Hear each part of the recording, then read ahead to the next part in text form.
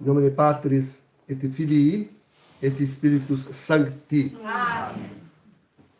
Estamos então, caríssimos, no 24º domingo, na verdade um daqueles domingos que sobram depois da Epifania, que se reza aí nesse tempo depois de Pentecostes, onde faltam algumas missas. Enfim, mas sim, eu queria começar, eu nem queria começar, de repente me lembrei de começar assim, corrigindo como que o apóstolo Paulo na epístola de hoje, porque a ira da qual devemos nos preservar não é mais futura, é presente. A ira de que temos que nos preservar não é futura, não está por vir, é presente, está nos afligindo agora. Mas antes de tudo, você fica aquela pergunta, mas por que mesmo Jesus falou em parábolas? Pensando no evangelho de hoje. Então, e vejam que é importante responder a pergunta, porque diz que Jesus falava só em parábolas ao povo. A gente pode dizer duas palavras sobre parábolas, isto é, uma positiva e uma negativa. Usar a parábola de forma positiva ou de forma negativa. O mais importante é a forma positiva. A outra está no bojo desta. Né? Isso eu consigo explicar direitinho. Mas a positiva diz assim, a gente usa a parábola porque quer revelar um mistério de não fácil apreensão. Então a gente usa uma parábola para ir ao núcleo, ao centro, ao importante, aquilo que é a chave que desvela o resto do mistério. O resto do mistério. Entenderam? Deu para entender? Então a gente usa a parábola para ir ao centro, ao fulcro, e onde está a chave, a qual abre todo o mistério, fica esclarecido, fica aquela palavra. Esse é o aspecto positivo. Mas tem nos próprios evangelhos dizendo que Jesus usava parábolas para confundir o povo, para que o povo não o entendesse. Parece estranho isso. Então, para que falar? Né? Se é para não ser entendido, por que falar? Mas, na verdade, não é um problema do falante, mas do ouvinte. Há ouvintes, os quais, ao menos naquela hora, não estão preparados para entender. Há ouvintes que estão tão submergidos no engano, na mentira, na ilusão, que não é possível chegar-lhes com a chave misteriosa para a solução do problema. Entenderam? Consegui me explicar? Então, a esses não é dado entender. Não vão entender, não adianta tentar explicar. Eles não querem entender. Eles não querem abrir-se ao mistério. E quando eu falo mistério, na verdade, estou falando de Deus. Estou falando de Deus. Esse é o mistério. O grande mistério sempre é Deus. Então, essa segunda acepção, o entendimento de aplicação da parábola, na verdade, se esconde no bojo daquela, porque a gente quer dizer para a pessoa conhecer, mas a pessoa é tão fechada que ela não adianta, ela não vai conhecer de jeito nenhum, de maneira alguma ela vai entender, aceitar, se converter. Sabe, queridos, eu digo que hoje nós vivemos uma grande parábola. Hoje, isto se aplica ao momento atual da história, de forma como jamais. Vivemos uma grande parábola. E a maioria maciça parte da humanidade, mas não adianta explicar nem tintim por tintim, porque não quer entender o mistério. Não quer aceitar. Mas não tem jeito de explicar. Hoje, a gente quase tem que pregar em parábolas como Jesus ao seu tempo, porque senão, se falar aberta, distintamente, Para o povo que quer compreender, está vendo, quer ver, é capaz de aqueles que não querem ver e não procurarem atrapalhar e matar e destruir aqueles poucos que se abrem ao mistério. É assim, é assim. Vejam, Jesus usa duas parábolas. Eu acho, de fato, uma coisa maravilhosa a isonomia de Jesus entre os sexos. Ele sempre tão carinhoso com as mulheres, é uma coisa impressionante.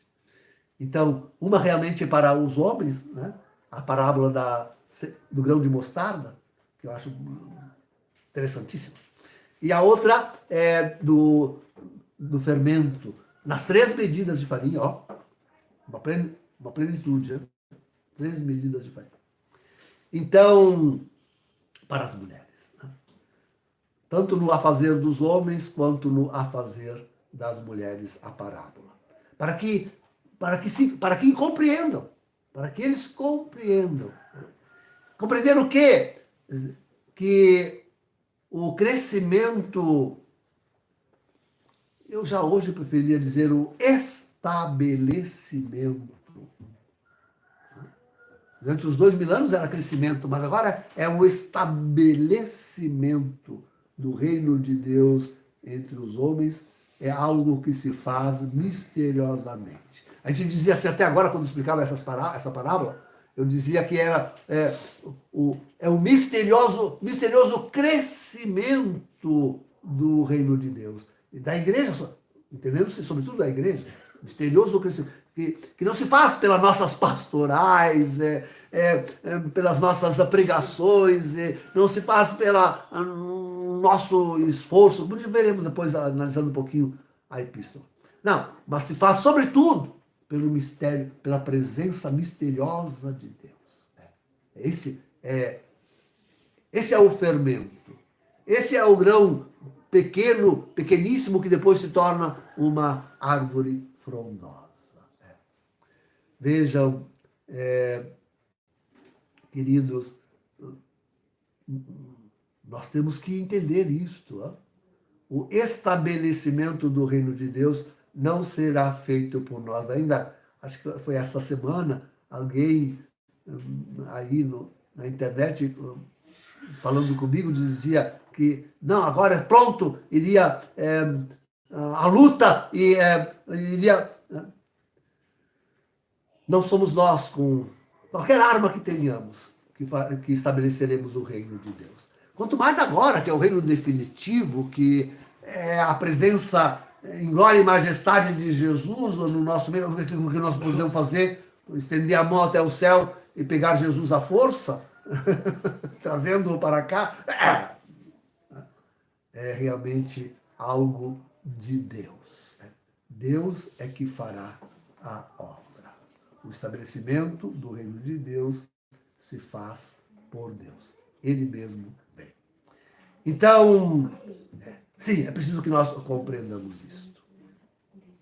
Mas temos uma tarefa grandiosa e belíssima, que nos dá o apóstolo na epístola de hoje, para o estabelecimento misterioso do reino de Deus. Temos nós também a nossa parte e a nossa tarefa.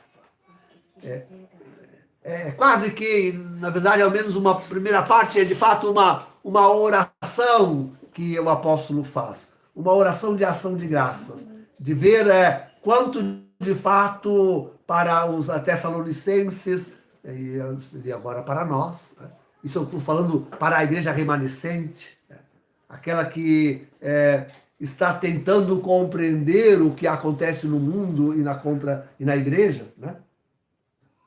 Então, para estes, está falando o apóstolo, a sua ação de graças é justamente por causa da fé deles, que é operosa, né? Faz uma obra. Eu não posso deixar de pensar no refúgio, gente. A nossa fé devia conseguir fazer esta obra. E parece que a nossa fé está muito pequenina, porque eu não tenho recebido ajuda para fazer esta obra. Não tenho recebido.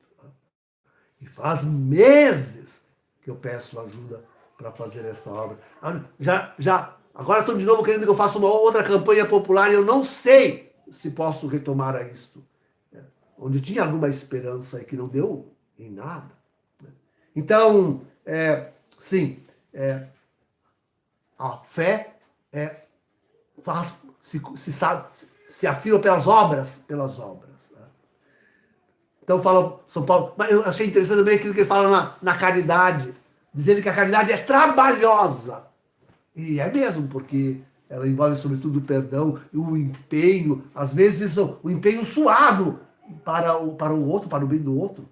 É um empenho suado para que o outro receba o bem. A caridade é trabalhosa. Diz o apóstolo, usou o apóstolo esse termo na epístola. E a esperança, que deve nos caracterizar. Caracterizada ela pela firmeza. A firmeza da esperança. Assim sólidos devemos ser. Essa é a ação de graças que o mundo, que Deus, que o céu, sobretudo, pode dar acerca de nós. Então, podermos nos reconhecer, como diz o apóstolo, abençoados ou ainda escolhidos de Deus. Nós vivemos, sobretudo nós toda a igreja remanescente, mas sobretudo nós, sim, sobretudo nós que já estamos recolhidos em refúgio, e eu tenho insistido à igreja remanescente que vá a refúgio. Hoje alguém fazia esta intenção, saiba que aqui tem um refúgio, que nós queremos acolher as pessoas. Mas enfim, sim, a igreja inteira deve ir a refúgio, nós aqui temos o nosso, rezamos por ela, nos devemos sentir, de fato, escolhidos por Deus. E que Deus os traga, todos os seus escolhidos. Deus os traga. Mas o modo de Deus escolher foi pela pregação do Evangelho. O Evangelho pregado a nós até em parábolas, mas que a nós nos deu aquela chave que revela todo o mistério. O Evangelho. A força do Espírito Santo, diz o apóstolo. Em segundo lugar, o Evangelho pregado pela força do Espírito Santo. Então, o Espírito Santo é aquele que realmente opera, faz a obra. O invisível Espírito Santo torna-se visível e palpável justamente porque os homens podem ver a nossa obra, que é uma obra de salvação, que é uma obra que abre para o mistério.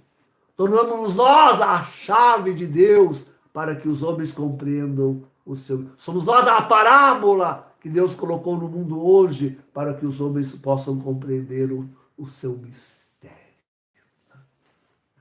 Pelo Espírito Santo, somos nós esta parábola para tantos incompreensível, para tantos de ser rejeitada, para tantos de ser perseguida. Mas para nós que isso sentimos o influxo do Espírito Santo, que não arredamos pé de ser a chave de Deus, a parábola de Deus para o nosso tempo, para nós isto é, com certeza, salvação. Bela, grande salvação. E, enfim, fala o apóstolo, e essa é tanto para nós que somos os homens do fim do mundo. Fala em plenitude. Plenitude. Nós já temos a revelação em plenitude. Temos a revelação completada. Não há que procurar mais mistérios. Não há que procurar explicações outras. Não há que procurar... Essa semana, tudo tanta coisa, tantos mistérios. Essa semana viu uma matériazinha que estão querendo, ou que criaram uma substância negra, preta, como que uma gosma de petróleo, mas que aquilo é capaz de penetrar, de se espalhar pelo homem. Então, tanta coisa que estão tentando fazer para derrubar o homem. Para derrubar o homem. Esses homens que não compreendem a parábola. Eles estão fazendo isso. Não compreende a parábola divina. Querem eles forçar a solução. Querem eles estabelecer por suas próprias mãos o reino. O reino. Querem estabelecer. A Santa Sé, isto é, Francisco, mandou ainda para Glasgow uma mensagem para a COP26, dizendo que, sim, se tomaram muitas resoluções boas e importantes, mas há lacunas.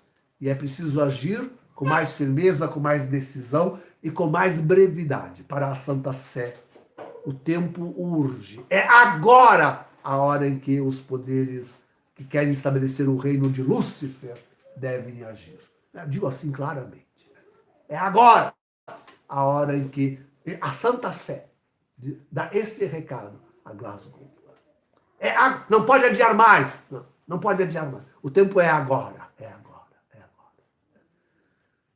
Por isso digo, sim, é agora que precisamos ser livrados da ira, que não é mais futura, mas é presente. É agora que a ira do homem, que a ira de Lúcifer vai se abater, ou está se abatendo sobre nós. Né? São Paulo ainda fala do testemunho, né? Do testemunho. Os Tessalonicenses são uma carta aberta para todos, para o mundo. Né? Sejamos nós isso também, queridos. Uma carta de Deus, onde os homens encontrem a parábola, a chave capaz de abrir o mistério. O único mistério capaz para estabelecer o reino de Deus entre os homens. Em nome do Pai, do Filho e do Espírito Santo. Amém.